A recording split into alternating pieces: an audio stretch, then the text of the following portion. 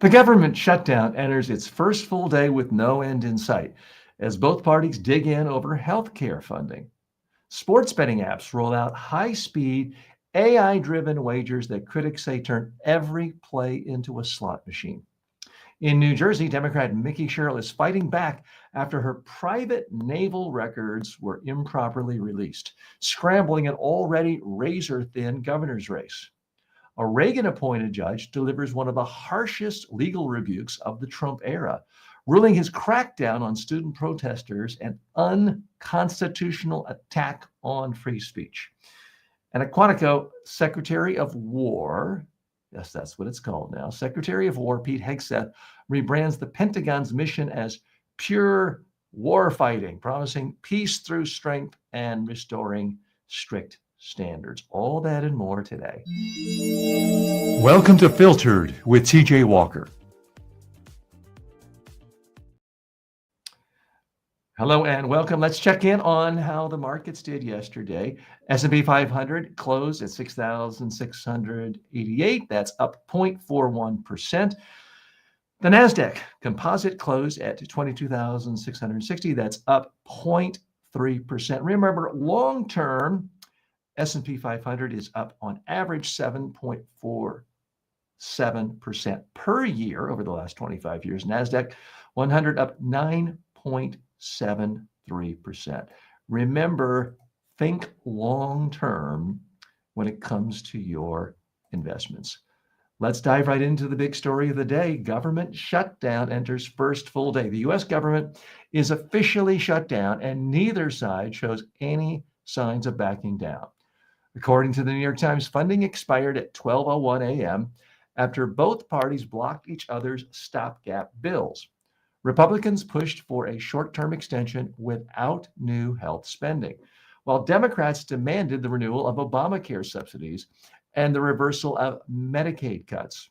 Senate Majority Leader John Thune accused Democrats of, quote, taking government funding hostage.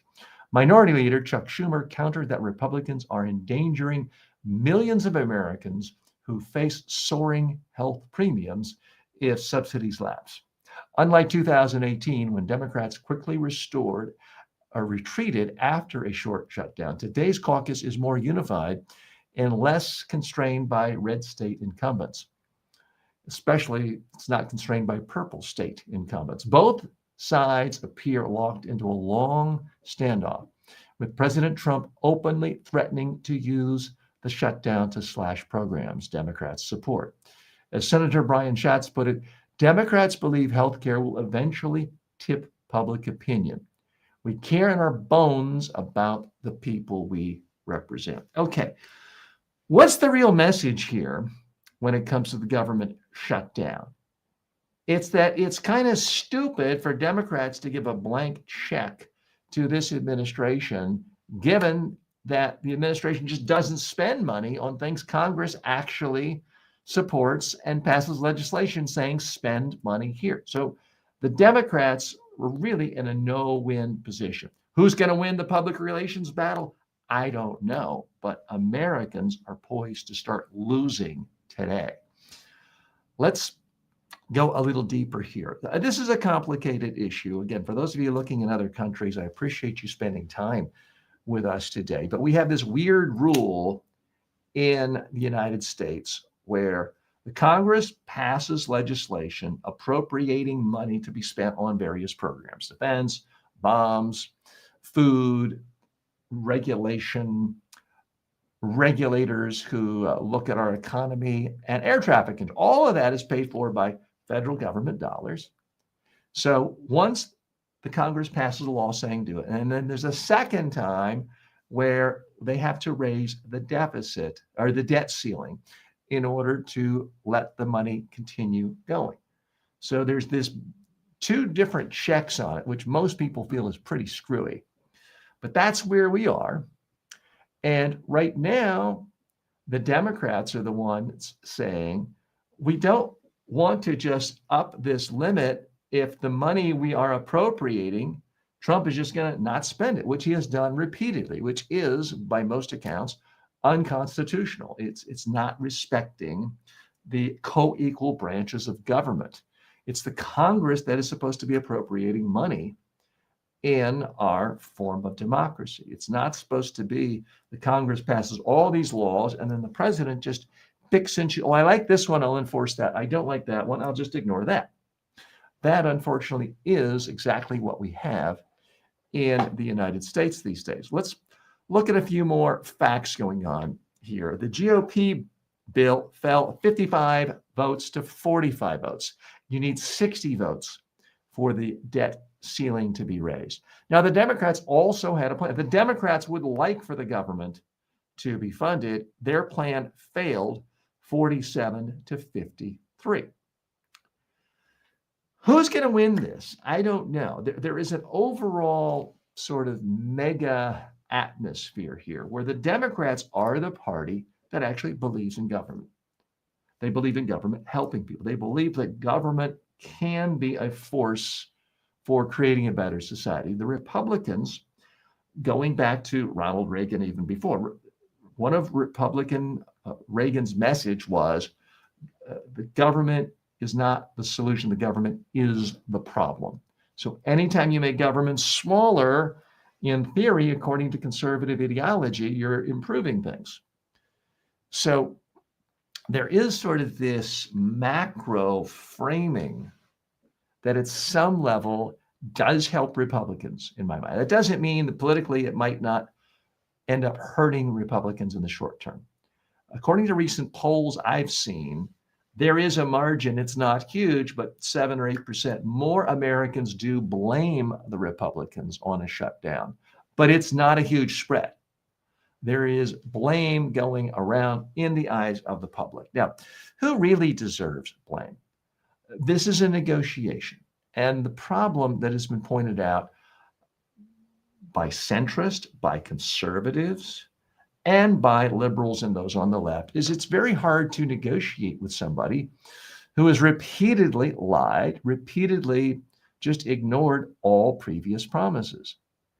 And by any fair estimation of Trump, he lies about everything. He simply makes up stuff as he goes along. He'll simply deny he ever made a promise. So it's extraordinarily difficult to really figure out how do you negotiate with someone like that. Now, the biggest stumbling block, there's several big issues. This is a complex issue. A part of it, one strain of thought among Democrats is Trump is routinely on a daily basis shredding our Constitution, doing unconstitutional things. We have to just put a stop to this. If it means bringing the entire government down and a lot of pain and misery, that's a price that has to be paid to keep our once great democracy from sliding into a complete authoritarian dictatorship. That's an argument I find pretty compelling, but that is not the primary argument put out publicly by the Senate Democratic leader, Chuck Schumer, and others. What they are saying is they are concerned primarily about health care. There's a couple of things. About 4 million people could lose coverage to health care if things continue as they are, the big, beautiful bill ramifications, and if the Democrats just give the Republicans whatever they want. Okay, you can extend the debt ceiling. So that's the problem. There are 4 million people who are going to lose health care. Here's the thing that has gotten very little news coverage in the last year because it's a complex issue. But Obama famously passed the Affordable Health Care Act, known as Obamacare, and it brought tens of millions of Americans into the world of having health insurance, being better off, living longer in some cases. The Republicans, when Trump first took office, said, we're going to abolish Obamacare. That was the big message. They fought about this over and over and over again. And it came down to a big dramatic vote. Trump was so adamantly against Obamacare. It was the worst thing in the history of the world, according to right-wing ideology. And then there was one vote difference, and it was a Republican, a conservative Republican, John McCain, who cast the deciding vote in keeping Obamacare. And the Republicans got hurt a lot in the polls for this. Some analysts say this is one of the reasons Trump lost the 2020 election. And yes, he did actually lose the election, electoral votes and popular votes. So the Republicans have been very gun shy about saying we want to just throw people out of their health care. We want to throw them off insurance. We want to throw them out of Obama. They don't say that anymore. They don't say we want to abolish Obamacare, but through a little change here, a tweak here, an extra phrase here, a budget change here, they've essentially done that. By some estimates, we are now tens of millions or close to tens of millions of fewer Americans having health insurance and decent health care because of this chipping away of Republicans on various aspects of the Obamacare and funding for Medicare and Medicaid.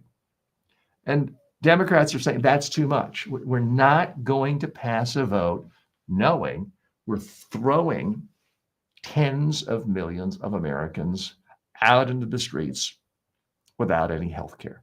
Now, there was a shutdown in 2018. At that point, the Democrats quickly caved in. Trump has said, hey, if you're going to shut the government down, I don't even like government, basically. I'm going to use this to my advantage. I'm just going to start firing gigantic swaths of the federal government, the federal workforce, and you have to take it. And I have no doubt he will try to do that. Here's the big problem, though. Everybody in the abstract hates government. Everybody hates taxes. I don't like paying taxes. At the abstract level, it's very easy to get anyone and everyone excited about, oh, government bloat, government waste, government's too big. But when you get down to the nitty-gritty, it turns out people really like air traffic controllers. It turns out people like being able to pour water out of their faucet and it's not black and gooey. People like air that isn't filled with soot because they like actual clean air regulation. People like knowing their highway can connect them from one city to the next, and they don't all of a sudden have to go on a muddy dirt road, and a trip that used to take 2 hours now takes 2 days. So people actually like so much of government that they use on a daily basis. It's the abstraction that they don't like. So I wish I could tell you I knew who's going to suffer the biggest political fallout here. When you hear someone saying emphatically that they know the Democrats are going to take the pain or the Republicans are going to take the pain, they're lying to you. They're partisan hacks. I'm here as a sensible, sane centrist. I'm giving you analysis through the lens of personal development and communication skills. And I'm telling you, this is a complex issue to communicate. This is an issue that has hurt both parties in the past. And anyone who tells you otherwise, that this is a clear-cut slam dunk, is wrong. The other thing is that doesn't get enough attention. There have been times in the past when one party shut the government down, and by widespread opinion, the voters held that party accountable. The very next election, that party did better than ever. That happened to Republicans not that long ago. They were seen as the people shutting down the government. Next election, next congressional election, did better than ever. So it's one thing to say you take political blame short-term in polling data. Ultimately, that doesn't matter that much. It's how does it change how people pull the lever in the voting booth the next time there's an election? And we are still more than a year away from congressional elections. So it's a long, long time. So we may just one hypothetical is the Democrats could get 100% of blame for the government shutdown, whether it lasts a day, a week, a month, and they could still end up winning in a landslide in 2026. I'm not predicting that. I'm simply showing you one potential scenario. And the same could happen for the Republicans. The Republicans could get 100% of the blame. Trump could get 100% of the blame for the government shutdown. And the Republicans might win 30 seats in the House next year. I'm not predicting that either.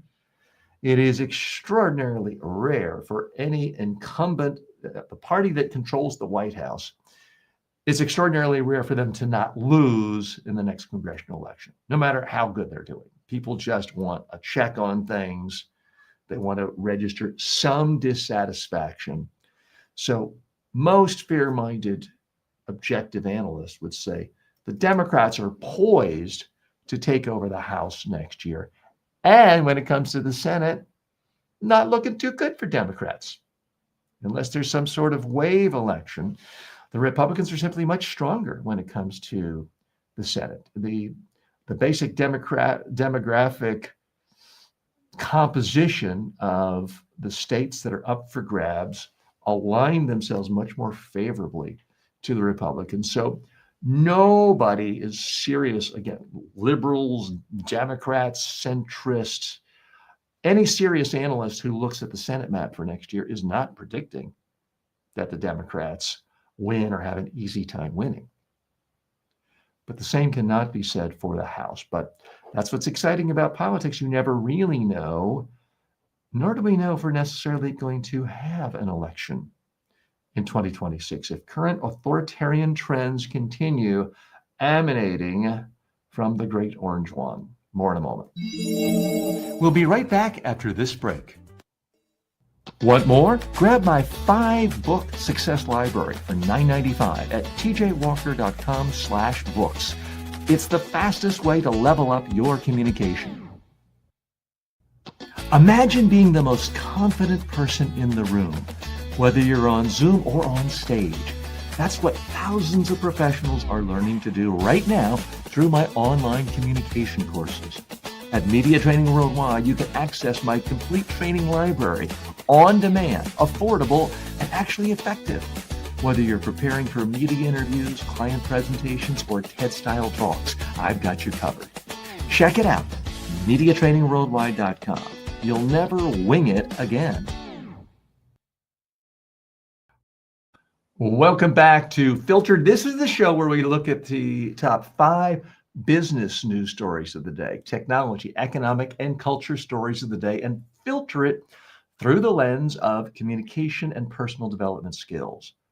My pledge to you is if you spend some time with me each day, you'll learn more about some of the important stories going on in our world, and you'll learn more about how you yourself can be more effective in your personal life and your professional life. That's what we're all about. Let's go now to issue 2. Apps turn games into slot machines. In-game sports betting has turned every pass, pitch, and possession into a wager, and it's booming. According to the New York Times, FanDuel and DraftKings now take more than half their bets during games, with microbets resolving in seconds and AI constantly spinning up new odds. Analyst Chris Grove says the goal is, quote, a product that is stickier, keeping users on the app longer. Public health experts see the flip side. Epidemiologist Rachel Volberg warns live betting is much more akin to a slot machine, while counselor Harry Levitt says these products are built for people who need more and more action and excitement. A Citizens report projects U.S. in-game betting revenues could top $14 billion by decade's end. Leagues and data firms also profit, even as Major League Baseball's Rob Manfred flags microbets as particularly vulnerable. Some lawmakers now propose bans or guardrails. DraftKings CEO Jason Robbins counters, if online slots are legal, why single out microbets? The stakes are rising on and off the scoreboard. Okay, what's really going on? What's the real message? This idea that you can now pick up a phone and make bets every second of every game. Will this ball be caught? Will it be dropped? Is driving people, especially young men, to madness. Can't anyone just watch a game anymore and enjoy the sport, enjoy the craft, enjoy the athleticism? Does everything have to be about money? It is ruining financial futures and it's rotting brains. Let's dig a little deeper here. This is a tough issue because unlike some on the far left or the far right, I'm a sensible centrist. I'm uneasy with banning the idea that individuals in a free society should be able to bet on whatever they want to. I'm uneasy with the idea that we should just make this illegal. But wow, of all the innovations in our culture and technology, with new forms of entertainment, new forms of technology and services, this idea that we should mainstream gambling, and it's not gaming, it's gambling. Let's not use the lingo, the PR lingo of the industry. It's gambling. And what that really means for most people, especially young men, but also a lot of older people and men and people with financial responsibilities, kids, mortgages, spouses, you're ruining your financial future. These people do not spend millions and millions of dollars giving endorsement deals and spending millions of dollars advertising on the Super Bowl and other places because they give more money out than they take in. No, they figured out the odds. They figured out how to fool you. They figured out how to trick you. Let's look at more of the facts. So Citizens' in-game revenue, again, could reach $14 billion by 2030. In-game means you're right in the middle of the game. Instead of sitting back, having some popcorn, maybe a hot dog, maybe a beer, laughing with friends, and enjoying that great home run or that touchdown, you're now hunched over your phone, placing a $10 or $50 or $100 or $1,000 bet on whether the next ball is going to be a strike or the next one's going to be a foul. Why anyone would want to torture themselves to that level and call that entertainment is beyond me. But again, we live in a big world. I don't enjoy kayaking, but some people do. I certainly wouldn't ban kayaking just because I don't like it. I don't want to ban every casino either. I'm all in favor of banning lotteries run by the government that tries to trick citizens to giving up their money under the guise of helping education. But this is a little bit different. These are private sector companies who do have First Amendment privileges to advertise. And wow, are they advertising? Here, again, I'm going to be honest with you. There are some pundits who know exactly the solution for everything.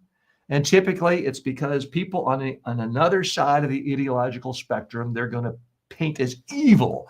I'm not doing that on this issue, okay? And I certainly try not to do that on a regular basis. But this gambling thing and it's not just young men. There are women who get snared into this as well. But men have been shown, men and boys have a much higher risk tolerance. They simply take more risk. When you look at every 100 people who are rescued from a burning building, 95 of the people who go in and rescue are men and boys. So men just indulge in riskier behavior. You know, the girls and women, they're off studying. They're getting college degrees at a much higher rate than men are. What are a lot of men doing? They're sitting around betting, in a sense, on, oh, my Bitcoin's going to go up. My stupid meme coin is going to go up. I'll be rich. And I'll be rich betting on the game. So why learn a new skill like engineering or medicine or anything? Why don't I sit in my dorm room or my mommy's basement and gamble on Bitcoin and cryptocurrency, gamble on games, and sit home and alone? Oh, yeah, I'd like to go to the game, but I can't because I lost all my money last week gambling on one of these platforms, DraftKings, and these other platforms that are just in FanDuel. They're just in your face every second. So I don't have a societal solution for you. Regulators are looking at limiting the microbets, putting some federal guardrails on. It used to be a time when the sports leagues themselves didn't want the taint of gambling for fear that that would influence players' actions. If enough people can make enough money for a certain outcome to happen in a game, it only takes one or two of them to come with a brown paper bag and say to the player, hey, I'm not asking you to lose. Just make sure you win by fewer than X points. And all sorts of corruption can creep in. So that's why traditionally Major League Sports wanted to keep all this completely away. They didn't want their games tainted, but then they're like, we can make more money this way. Who cares? So basically all the sports leagues say, we don't care about gambling. You want to gamble, go for it, as long as we get a piece of the pie, because we want the advertising revenue from these guys. Other things that are going on. The live bets are now 50% of what these companies, FanDuel and DraftKings, are doing. And people who are concerned about problem betting say it's that adrenaline, that dopamine of it's live in the moment. Oh, let me place another one. Oh, let me place another one. Oh, I'm down $1,000, but I can make it all up at this last play of the game. If they kick a field goal, boom, now you're down 2,000. So this is a big, big problem. Now, I try not to be holier than thou. It is not that I am so much more moral than people who waste all their money gambling. I simply can't stand losing money. I like my money. The fact that I had to work hard for my money makes me want to conserve it. I want real value. I want a nice meal. I have a nice home. I have a nice car. I want actual return on my investment when I give money. For most of these gamblers, the only return is that a little bit of adrenaline spike before you know for certain that you lost. And I hate to tell you, you tell yourself you're a winner, I don't believe you. You talk to most people, especially young men. Hey, how you doing? Oh, I'm up last weekend. They forgot 2 weekends ago, they lost $500. People tend to remember their wins. They forget their losses, not just with sports gambling, but blackjack and everything else. Again, they do not build these gigantic casinos with gold everywhere and beautiful marble because they give away more money than they keep. They're keeping most of it for themselves because they know you are the sucker. And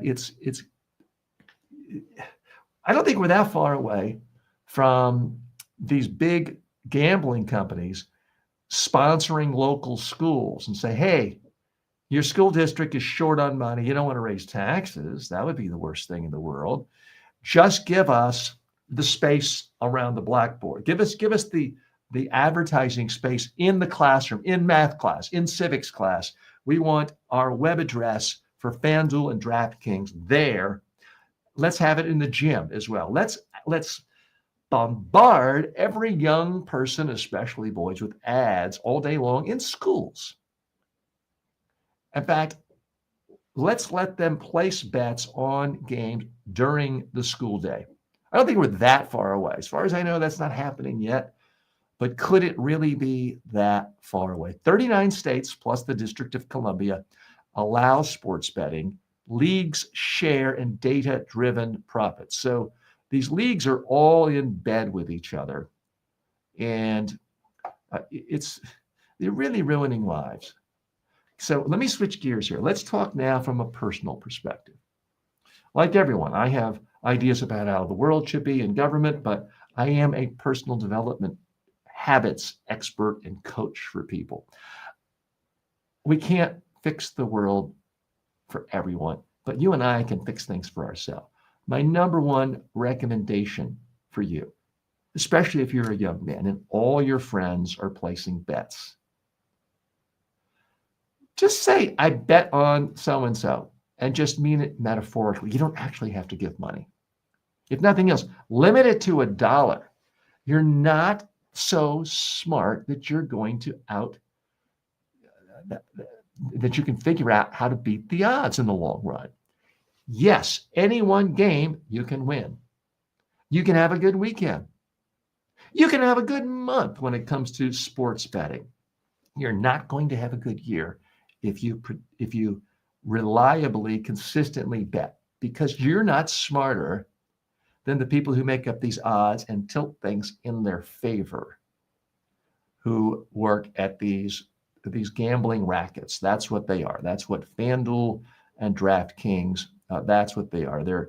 They're gambling rackets, and they're designed to pick you up by your ankles, shake, shake, shake until all the money falls out of your pocket, and they keep it all. And maybe they give you a couple of crumbs, so the next time you make more money, you get that next paycheck or that next allowance from mommy and daddy, you'll come give them more of your money. So my recommendation, now we're talking as individuals, don't gamble. Don't buy lottery tickets. You want to enjoy a football game or a basketball game, and you're saying, oh, it's just so much more fun if I can gamble on it. Maybe it's not that fun for you. If you can't enjoy watching a football game, a cricket game, a basketball game without putting money on it, maybe you're not really a fan. Yeah, one of the names of this company, FanDuel, it's not about fandom anymore. You're not a fanatic watching football if it's not exciting enough to you, if you can't win $1,000 or lose $1,000. So this is extraordinarily corrosive. Look, I've made a lot of dumb financial mistakes in my life. I've started new businesses, talk shows, radio shows, TV shows earlier in my career before there was a thing like TikTok or YouTube available. And I lost a lot of money, but I was gambling on myself, not the idea that I'm somehow smarter than the collective wisdom of every other bookie and every other gambler in the world. So if you have a son, any children, girls and women can get sucked up into this as well. Do everything you can to just not gamble at all. Use that money to actually, I don't know, go with friends to a game in real life and watch it. Buy a hot dog, buy a veggie burger if you want to be healthy, but spend your money on real things, not this illusion of get rich quick, because it just isn't getting rich quick. It's getting rich, it's getting poor, sometimes quick, and sometimes slowly. Back in a moment. Filtered is brought to you by the following. Get the deeper takes I don't post anywhere else. Subscribe now at substack.com/@TJWalkerSuccess and stay in the loop. For years, people have asked how they could get one-on-one coaching from me inexpensively. Well, now you can, anytime, anywhere with the TJ Walker AI clone. It's like having me in your pocket, ready to help you prep for a speech, polish a pitch, or calm your nerves before a big meeting. You talk to it, it responds like I would, based on my real-world coaching of thousands of leaders and communicators. Check it out at tjwalker.ai. It's not just smart, it's personal. Welcome back to Filtered. I'm TJ Walker. Issue 3, Naval file leak really mixes up the New Jersey governor's race. According to the New York Times, New Jersey governor's race just turned into a fight over privacy, integrity, and power. Democrat Mikie Sherrill, a former Navy helicopter pilot, says the Trump administration improperly released her largely unredacted military personnel file to an ally of Republican Jack Ciattarelli. He's the Republican nominee for governor. The National Archives called the disclosure a really egregious error. Oops, and open an investigation. Sherrill says she was barred from walking at the Naval Academy's 1994 graduation because, as she put it, I didn't turn in some of my classmates. She still graduated, was commissioned as an officer, and served nearly 10 years, earning multiple commendations. She calls the records release by no means an accident.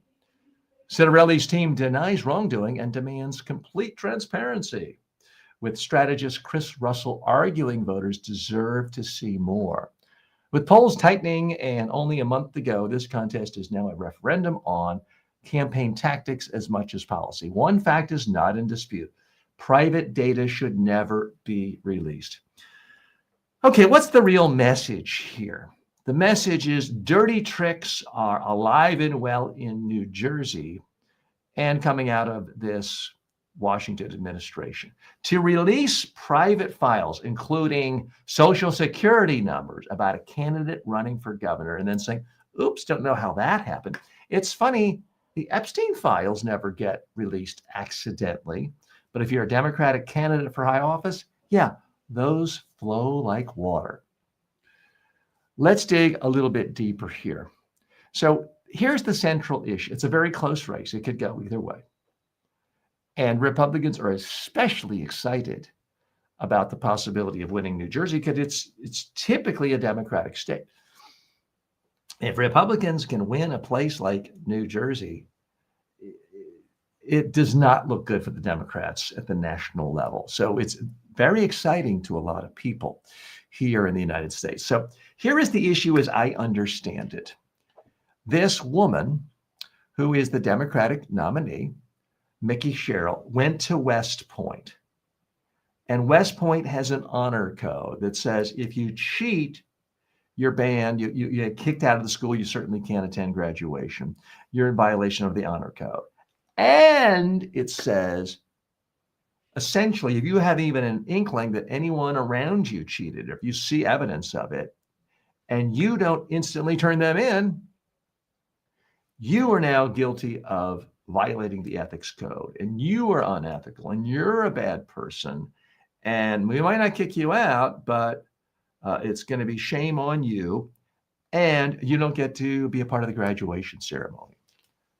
So that apparently is what happened. There was some kind of a cheating scandal in the early 90s when this woman, Mikie Sherrill, was attending West Point. By all accounts, she was not cheating. And I have no way of knowing, and frankly, you don't either. Was she just said, hey, I heard a rumor so-and-so cheated, and she's like, I don't want to hear about it?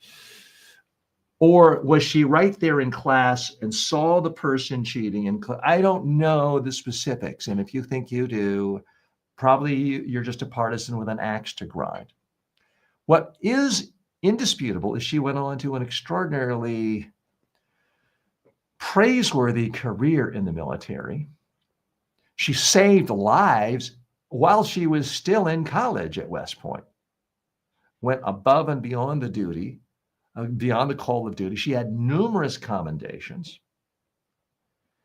And now the idea, I mean, it reminds me very much of John Kerry, who was a war hero, ran for president in 2004, but the right-wing, Murdoch-led media slime machine somehow convinced people like he was practically the draft dodger, when in fact it was George W. Bush who was the draft dodger. So we're once again seeing how the media can turn black to white and white to black. It's happening this way, and it only seems to be happening one way, at least in this particular race. Now, again, the National Archives admits this was an error, but it sure seems odd that violation of privacy can easily spill out from federal sources where it's supposed to be confidential, but we don't see everything from the Epstein files spilling out, because that apparently doesn't instantly help Republicans short term in a particular election. This is going to be investigated. If this is a close election, and it appears to be, and if Democrat Mikie Sherrill loses, you can point your finger to this as perhaps the deciding reason. So once again, it is this unelected cabal that we've heard about for so long actually coming to fruition, putting their thumb on the scales of electoral justice to favor one candidate over another. And it's frankly quite shameworthy. More in a moment. Imagine having a communication coach who never sleeps. Meet your new secret weapon, the TJ Walker AI clone. Go to tjwalker.ai and start getting custom coaching 24/7. No scheduling, no hourly fees. I've trained presidents, prime ministers, and Fortune 500 CEOs. But the same exact communication I've delivered to world leaders is now available to you online, anytime at MediaTrainingWorldwide.com. Whether you're speaking on camera, pitching a client, or handling a crisis, you need these tools. These aren't fluffy motivational videos. They're practical, battle-tested techniques to help you speak clearly, confidently and persuasively. Go to MediaTrainingWorldwide.com and take your communication to the next level. We are back. This is Filter with TJ Walker. Thanks so much for joining me. If you get any value out of this show, please do a like, leave a comment, subscribe, follow, whatever platform you're on. Look at the ways of interacting. All of that helps. It sends signals to that platform. Hey, a few people like listening and watching this guy, TJ. Let's share it with others. So it's extremely helpful. I appreciate if you do that. If you're listening on any podcast platform, we're brand new. We're really, tomorrow will be our 1 month anniversary of beginning this show. So we're still just finishing up our first month of regular daily broadcast. So it's especially helpful if you are listening on any audio podcast platform. Follow the show, subscribe if you're on a platform that says subscribe, and leave a comment and really leave a review. I would very much appreciate that. Let's dive right into issue 4. Reagan-appointed judge rebukes Trump over free speech crackdown. A stunning rebuke to the Trump administration has come from a federal judge no one can dismiss as a partisan liberal or a far-left Democrat. He is Judge William G. Young, appointed by President Ronald Reagan, who last time I checked was a Republican, a conservative Republican during his reign. He's no longer with us. So the judge issued a 161-page opinion blasting the administration's deportation of pro-Palestinian student protesters. According to the Times and Politico, he ruled that non-citizens lawfully present in the United States, quote, have the same free speech rights as citizens. Let me say that again. He ruled that they have the same free speech rights as citizens. Judge Young described the crackdown as an effort to strike fear into protesters, calling ICE's use of masked agents disingenuous, squalid, and dishonorable, and likening it to tactics of the Ku Klux Klan. In one of the most scathing legal opinions of the Trump era, he labeled the president, quote, an ignorant bully and a threat to free speech and the republic writ large. Those are strong words.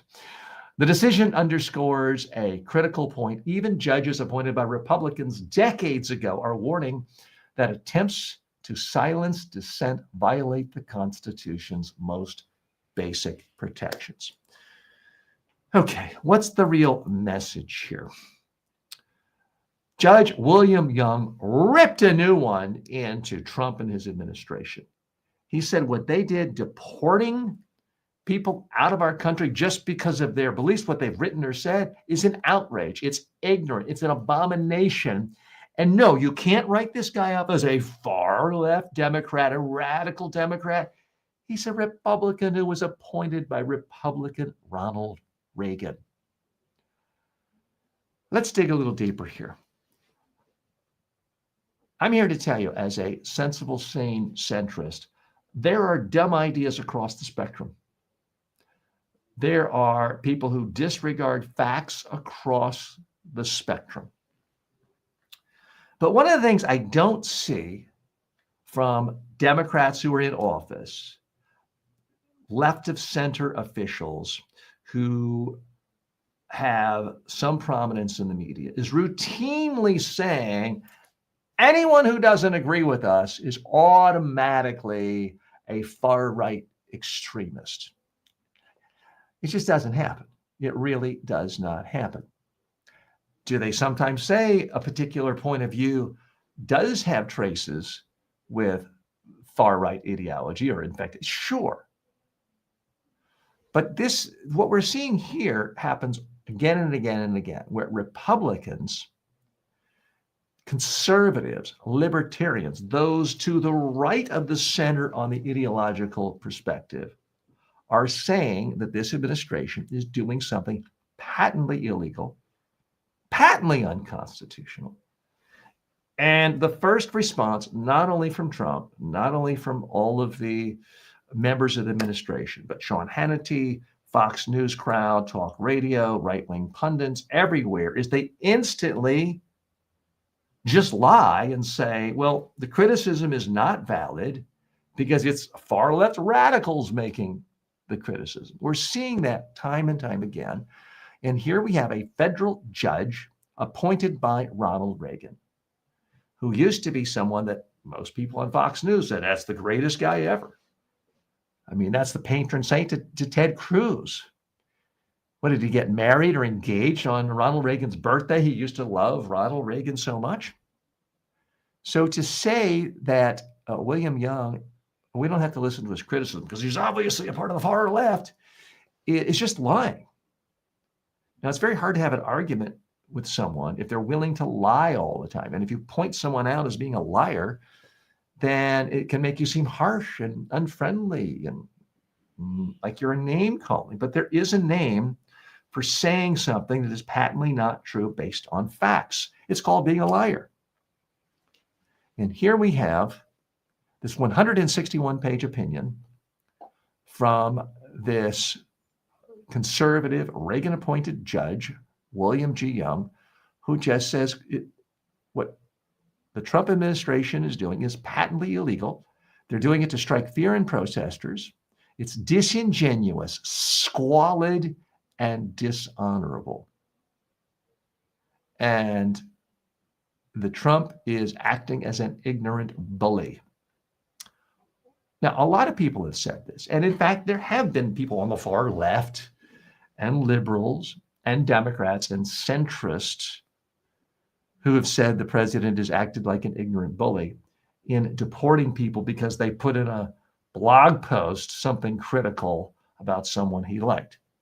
There are people who've made that case who are a part of the far left. But when you have people making a criticism against a president, any president, and people are making the same arguments who are on the far left, the center, right of center, and to the right of center. At some point, you have to say, this is pretty unanimous, other than people who are 100% in the tank partisans, the ones who would say, okay, if he shot someone on Fifth Avenue, we're still going to support him.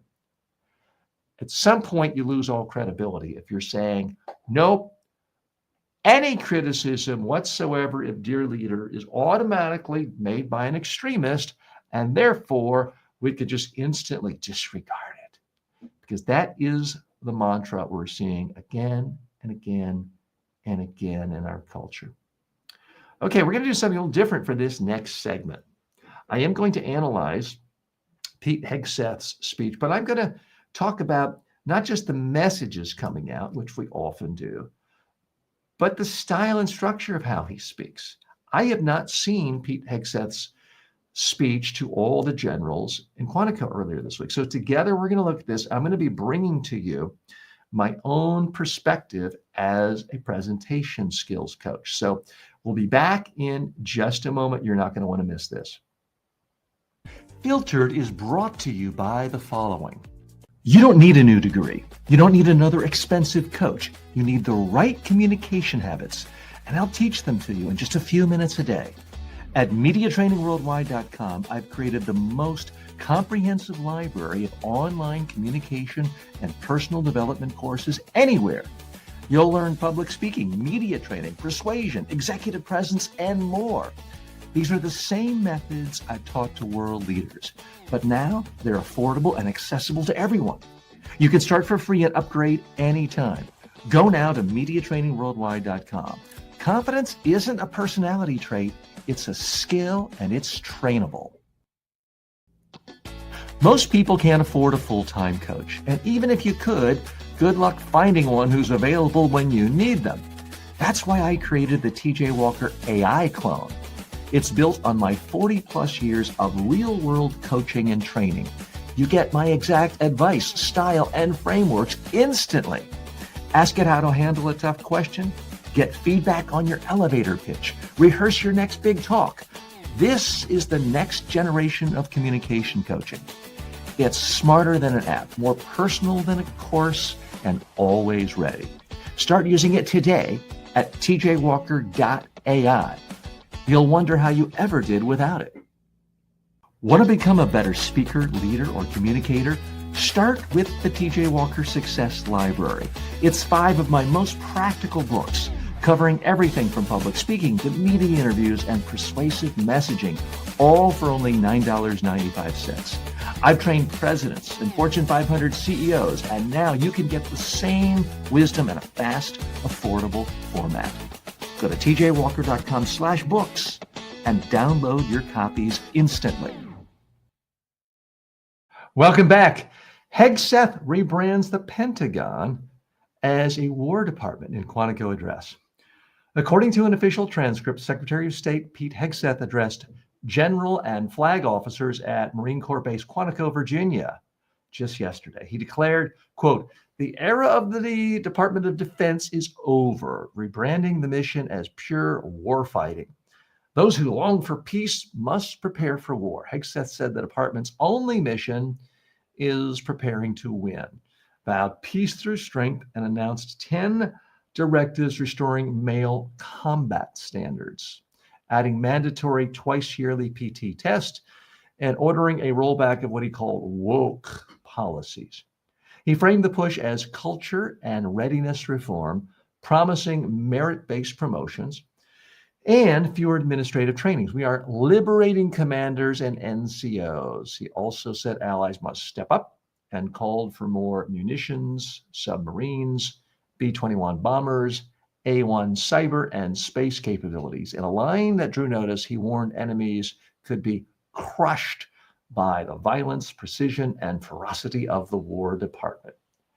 Adding, if necessary, our troops can translate that for you. FAFO. Okay, let's actually look at his words.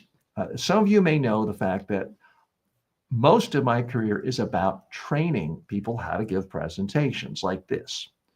I have worked with military leaders, but I've also worked with presidents of countries, prime ministers, Nobel Peace Prize winners, business leaders, CEOs of Fortune 500 companies on how to give presentations effectively, confidently.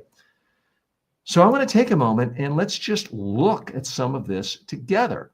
And I will be analyzing this not just from a message standpoint, but from a technique standpoint, from a skills perspective, and doing this in a fairly non-ideological, non-partisan way, all with the goal of helping you become a better presenter. So let's dive right into this. Again, I've not looked at this, so I'm giving you my earnest, unfiltered, there's no sound bites prepared here on my part. I want to just give you my analysis as a professional presentation skills coach. So we're going to take a look at that right now. Let's go ahead and play the video.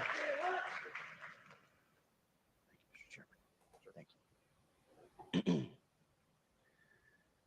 Please take your seats. So I like that he's not, I'm going to give it to you positive and negative. And if you love him and his agenda, or you hate him and his agenda, I'm probably going to say something that you're not going to like, because I'm going to be praising parts of what he does and also criticizing part. I will say he is very well groomed. He does talk about grooming, I've heard in news reports, but he always has a perfectly fitting suit. His hair's always perfectly in place. More about that in a moment. And he looks poised and confident right from the beginning. Okay, he pauses there. I like that. When you pause at the beginning of the speech, it sort of arouses curiosity. It doesn't make you seem as nervous, because nervous speakers tend to rush. They're very quick to get started. So I like the fact that he actually paused for a moment. Well, Mr. Chairman, the Joint Chiefs. So he did something right there. The joint, he didn't just read from the teleprompter, say, Mr. Chairman, Joint Chiefs. He looked in the direction of the chairman, presumably. He actually gestured to the Joint Chiefs. This is the mark of a good speaker. You come across more confident that way. In the moment, you create the illusion of just not reading a speech. So that's good. Generals, admirals, commanders, officers, senior enlisted, NCOs, enlisted, and every member of our American military, good morning. Good morning and welcome to the War Department. So he says good morning. They say good morning back. He then laughs. I don't think that's especially good or bad. Oh, it does send a message that he's feeling loose. You could construe it as a nervous laughter, but I don't think there's a problem with that. Because the era of the Department of Defense is over. You see, so a couple of interesting things here. He starts off with a big, bold statement to get attention. From a public speaking standpoint, that's a good thing. He's starting off with something interesting, provocative to get attention.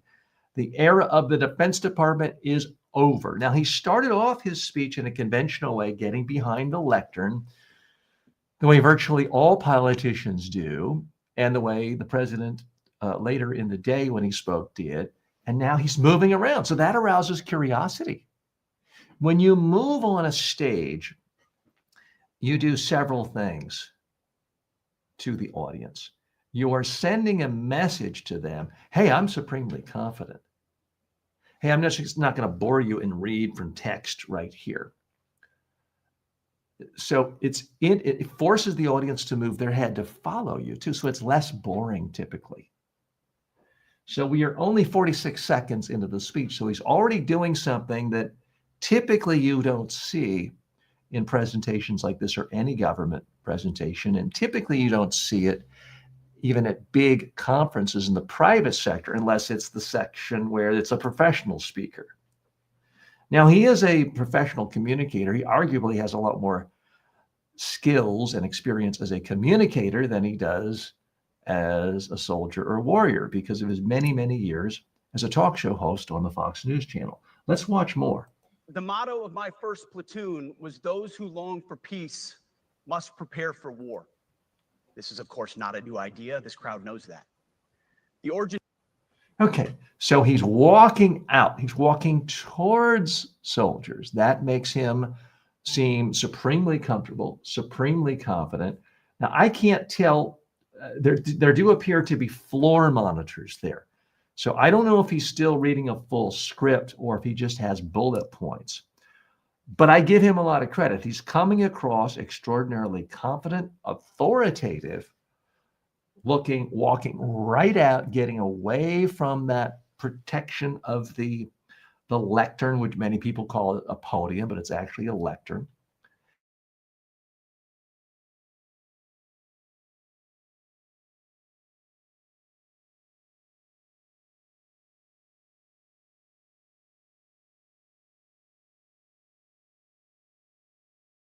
Soldiers to give himself a little more credibility, presumably, and gravitas, because let's face it, there are many people across the political spectrum who worry about his credentials because he has many, let's just be charitable, many fewer credentials to be a Secretary of Defense than really any other Secretary of Defense in the nation's history. The battles he won were a lot more likely to be on cable TV. And he's someone who has a track record of a lot of mismanagement. And I'm not here to pick apart his whole career here or relitigate whether he should have been confirmed. Let's look in more detail on exactly how he's presenting, because you're keeping score.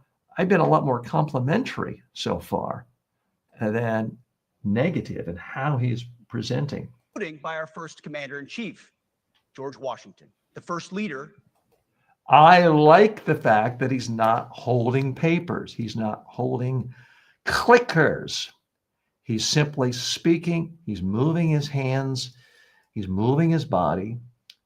He paused. He stopped in one spot to make a dramatic point. Transition, he moved across the stage. Now, the truth is, this is not hard to do, but very few people in government do this.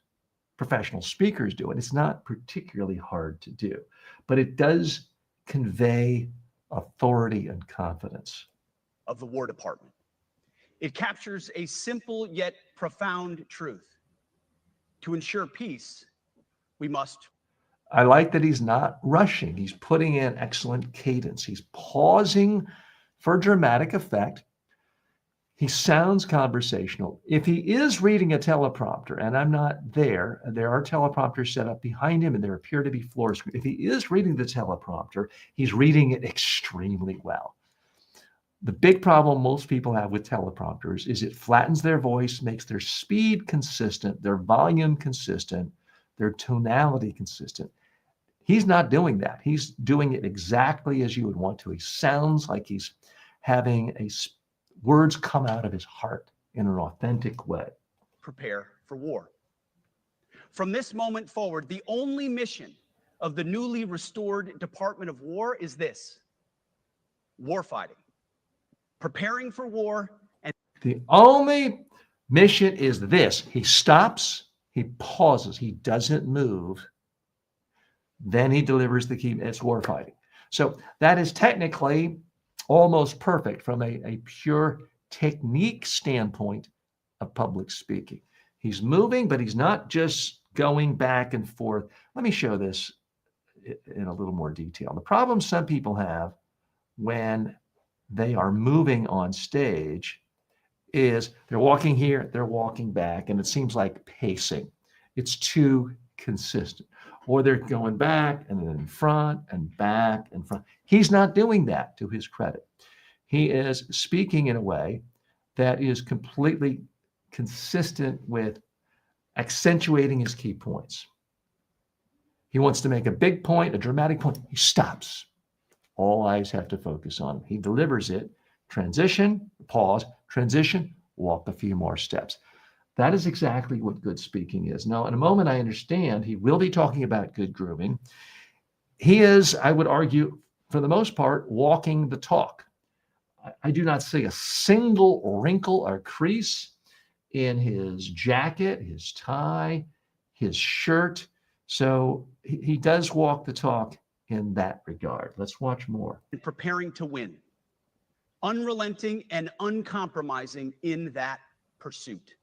Not because we want war. No one here wants war. But it's because... Not because we want war. Nobody wants war. So he's coming across conversational.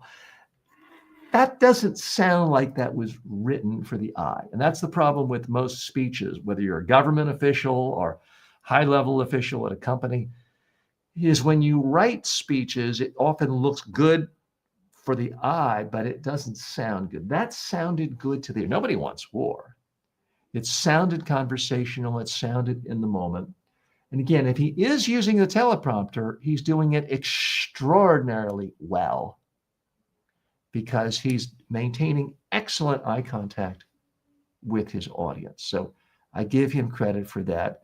I would certainly imagine, I mean, he is someone known for placing a lot of importance on presentation, communication, image.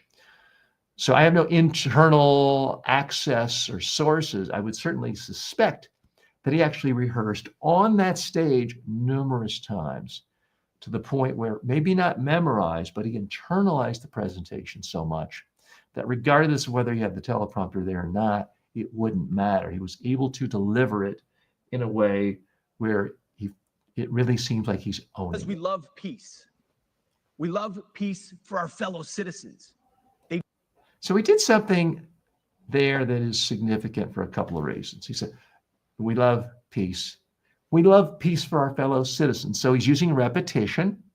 Martin Luther King Jr. did it. I have a dream. All great speakers do.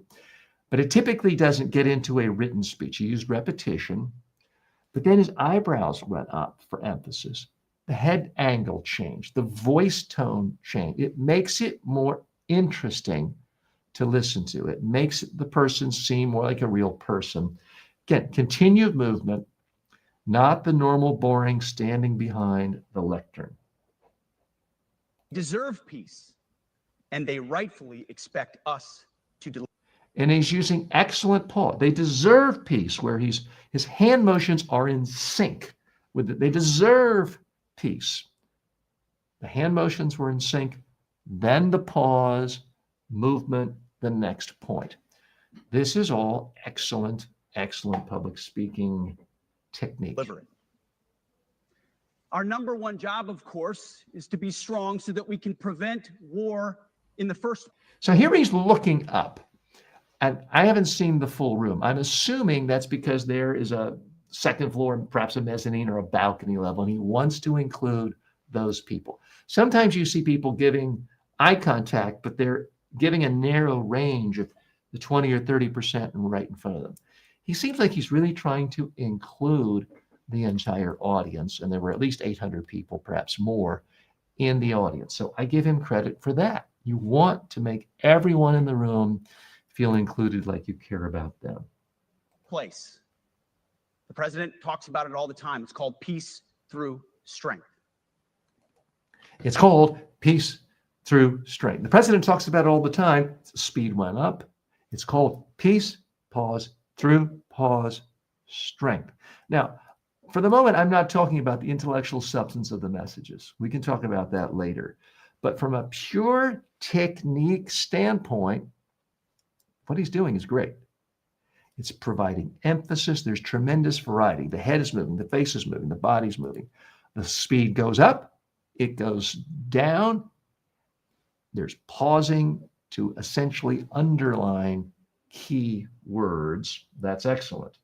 And as history teaches us, the only people who actually deserve peace are those who are willing to wage war to defend it. That's why pacifism is so naive and dangerous. So substantively, here he is talking about history, and he's lecturing generals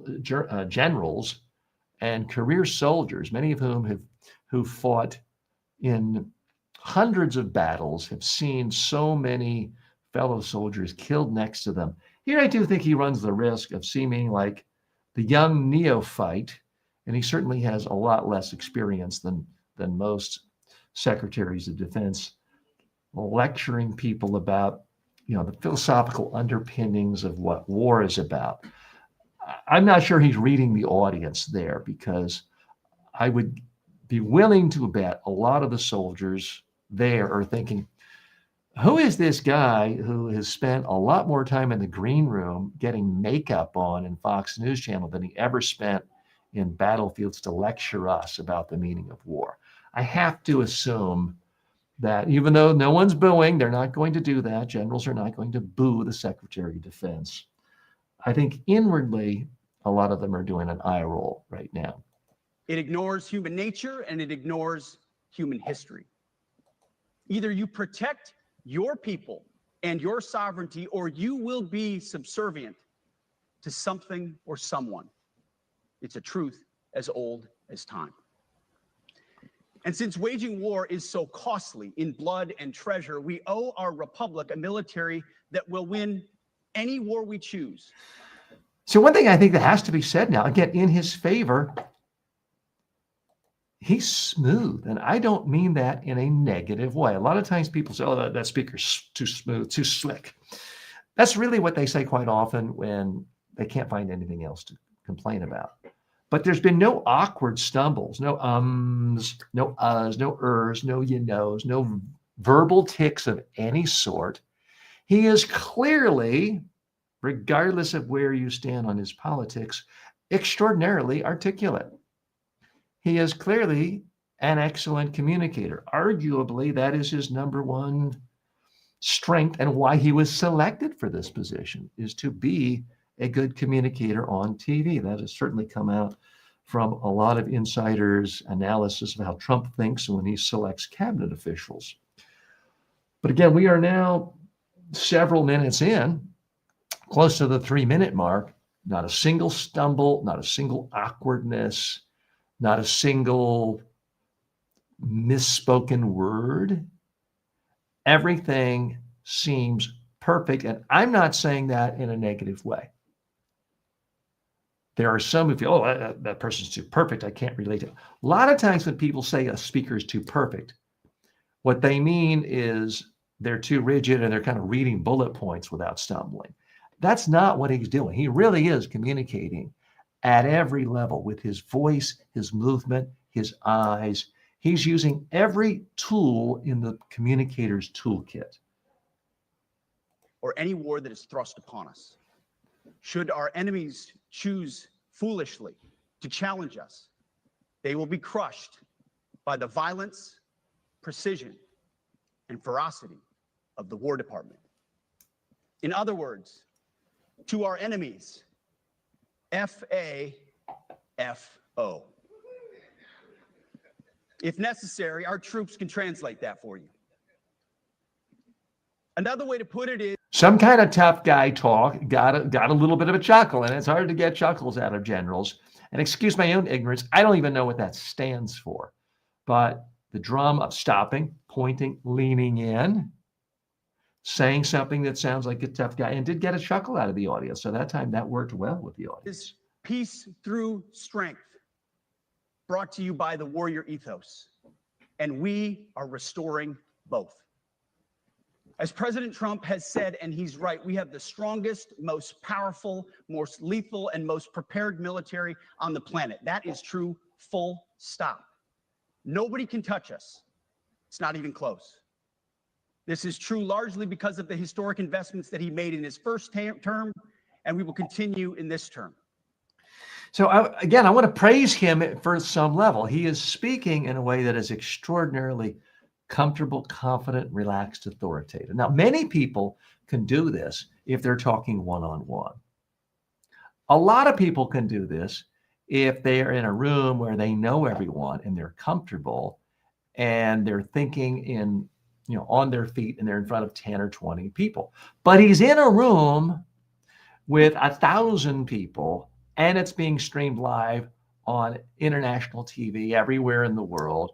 And it's being recorded on video that people will be able to watch forever. So that is a high stress situation.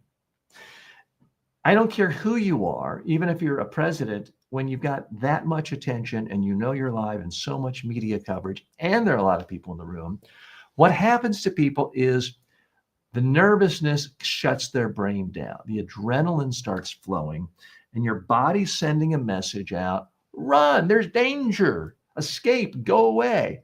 So your body is making your brain not work as effectively in most cases. Your ability to recall facts, to remember your next point, doesn't work as well because your body is saying, run, get out of here. He is showing absolutely no signs of nervousness or discomfort.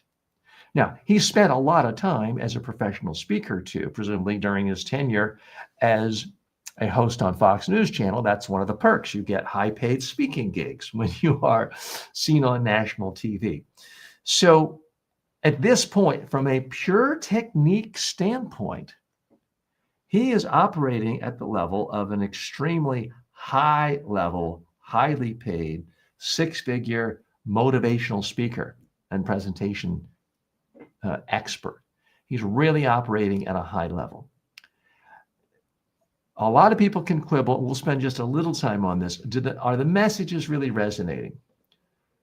Because there was, in fact, a lot of criticism about, we might be going to war and you want to bring all of our generals in one room. Aren't they sitting ducks? Isn't that a security risk, number one? Number two, isn't this a massive waste of money given all the travel charges, the fact that the government's about to shut down, and the military has invested a fortune in telecommunications equipment so that there can be communication around the world all at the same time without people having to travel. So there's that backdrop of that. He's an interesting speaker. If you asked the typical general there, wow, did you learn something here that you never heard before? I'm willing to bet the answer is no. If you asked a general, is there something here that was conveyed that couldn't have been conveyed through Zoom or whatever the military uses as their own version of the Zoom, I'd be willing to bet they would say no. Now, I do want to comment on some of his comments on grooming. He spent a fair amount of time, and we can't get that far into the speech today, saying that no more beards, no more beardos. Now, this is a little bit weird, given the fact that the Vice President of the United States wears a beard. So that, to me, it seemed a little odd to spend so much time talking about appearance. So we don't want long hair. Now, the interesting thing is there have been times in our country's culture where having the greased hair look back in was the sign of being a juvenile delinquent. They called them greasers back in the 1950s and early 60s sometimes. So styles can change. So it did seem a bit odd. Now, he's clearly someone who places a lot of importance in appearance. His suits are always perfectly fitted. They're always buttoned. You don't see his tie loosened. You don't see hairs out of place. So he does practice what he preaches. But he did spend a fair amount of time talking about, we want people to look tough, essentially. We don't want people looking like weirdo. I'm paraphrasing there, but he essentially is saying we don't want people to look like they're weird. We don't want beards. We don't want long hair. I must remind people of this is what Pete Hegseth looks like without a shirt. Now, he wasn't up there shirtless, but there was certainly a time in our country's culture and in the military where, other than having the sailors would have the anchor tattooed on an arm, but there was certainly a time in our nation's history when having this many tattoos all over your body was considered the sign of a delinquent or a ne'er-do-well. I'm not saying that's what it means, but it does seem odd for him to spend so much time talking about the physical appearance, no beards, no long hair, you got to be mainstream, certainly none of this sissy woke stuff. And here's a guy who, until a few years ago, would be considered very much out of the mainstream of conservative ethos, which he's talking about, because conservatives typically didn't believe in, covering up your body with ink. And something tells me if you're aspiring to be a general and you had tattoos all over your face, that might not go over too well with the Hegseth crowd. But where do you draw the line? It used to be you couldn't have them all up and down your arm and on your body. Apparently now you can. It seems a bit arbitrary. The other thing he did talk about and mention explicitly is we don't want fat soldiers. Now, I'm not saying he was fat shaming. And I agree that all things being equal, if you have soldiers who are out in the field and hand-to-hand combat, being in tip-top shape is important. And he does appear to take his physical fitness very seriously. He's out exercising all the time. You can see from this shot, doesn't seem like he's fat at all. But almost this mockery of fat, it makes you wonder, what did the guy next to him think? Meaning the President of the United States, who does appear to have lost weight in the last 9 months. But by most measures, even conservative estimates, the President of the United States is overweight, if not grossly overweight, and in the past has been either there or almost officially at the obese level. So he's the commander in chief. If fat is bad, are you criticizing the commander in chief? We don't have time to go through the entire presentation, but the real takeaway here is this guy is a skilled communicator. There's no doubt about it. And I don't want to seem like I'm picking on him. We'll bring back the other image of him because this is what he was like. He was not giving the speech in a bathing suit. So let me be clear about that. Pete Hegseth is a good communicator, a great communicator. We just went through the first 4 minutes, absolutely flawless from a sheer technical standpoint. Of course, a speech is never about truly the techniques. It is about the message. Is this a message that's going to resonate well with the audience of the military, the rest of the government, the Republican base, the citizens at large of the United States, and the world community? There were many, many audiences for this. Now, he has run for public office before. He was a failed candidate, I believe, for the United States Senate. He, by all accounts, has ambitions for higher office. So he has spent a lot of time honing this craft of being a great speaker, and you can see it on display here. Whether he's running for the governor, senator, or president in the near future, who knows? But certainly within Republican circles, I think he helped his cause with this speech. And he's definitely a skilled communicator. Claus writes in, such a good example, talking about his technical performance on stage, better analysis to teach us. TJ, thank you. Well, Claus, thank you, because my main mission here on this show, Filtered with TJ Walker, is to help. I don't know if I'll use the word teach, but to enlighten, educate, teach, inform, shine light on good practices to help you be more successful. You may love Pete Hegseth. He might be your role model, and you can learn from him. You may despise everything he stands for and still learn how to be a better speaker by analyzing the things he does well. Great communicators, I find, learn from everywhere. They don't only look at people they're in ideological agreement with. They don't only look at people of their same party. They look across the spectrum in different fields, politics. You may hate TV preachers. You might not even like religion. I'm here to tell you, you can learn a lot by watching Joel Osteen give a sermon on TV because he's a world-class communicator. So that's what we're about here on Filtered. Is learning how to be a better communicator, how to have personal development habits to make you more successful, and to do it through the lens of what's going on in the news. We've gotten a little overtime today, having so much fun analyzing speeches. I want to thank you for your time. Please remember to like this video, leave comments, give it a thumbs up, subscribe, follow. Any way you can interact in a positive way helps. Please leave reviews on every platform as well. Thanks so much. See you tomorrow.